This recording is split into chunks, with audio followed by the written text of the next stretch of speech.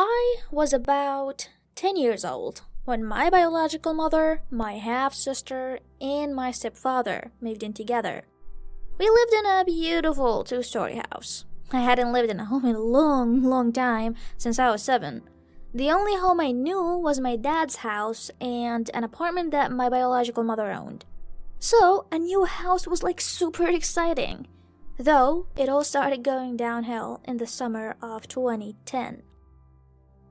I just turned 11 and was in 6th grade.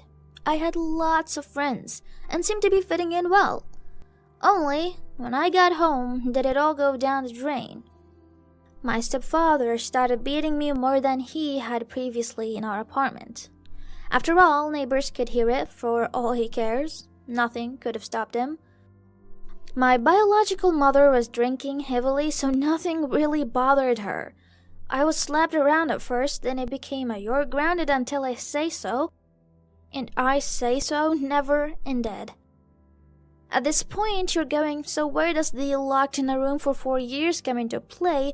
Well, listen to this. Maybe after a few months of these little red flags, they became the big one. I was no longer allowed to eat with my family, hang out with my family, no longer allowed to see my grandmother or my father, no longer allowed to have friends. I was only allowed to leave that room to get to the bathroom. I had become a prisoner. I was locked in this room. My grades started falling, and that made everything worse.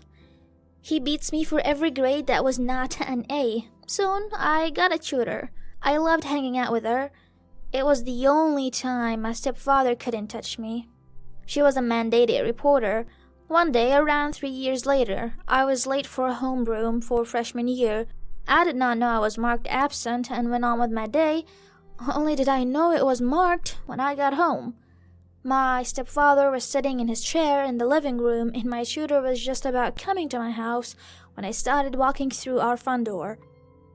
He came flying at me and took me by a clump of my hair, dragging me down the front porch steps.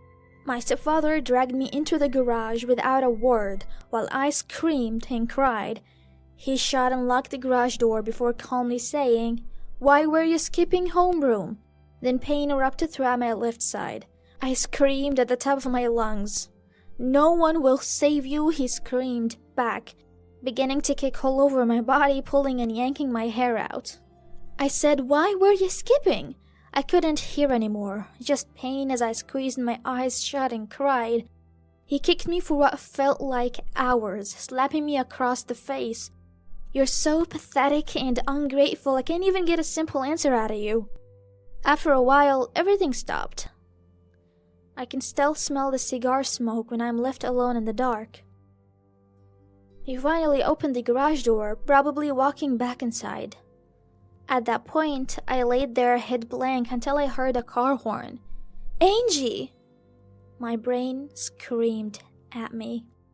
I picked myself up off the garage floor, dusting off the dirt and motorcycle oil from my body before slowly and painfully walking back into the bright sun. I could feel my tutor's eyes piercing my back while we walked to the library. Angie never asked me though, but a day later the police showed up, taking me away to the hospital. I won't go into too much detail, but I tried to kill myself and harming myself many times a day since I was 10, although I was 14 then. I am 20 years old now, almost 21. I got help and moved in with my dad after everything. I finished high school and even went to college. I met a caring man and now we're stuck together like glue. I'm still afraid of the dark, scared of the sounds of motorcycles and the smell of cigars, but I'm better now.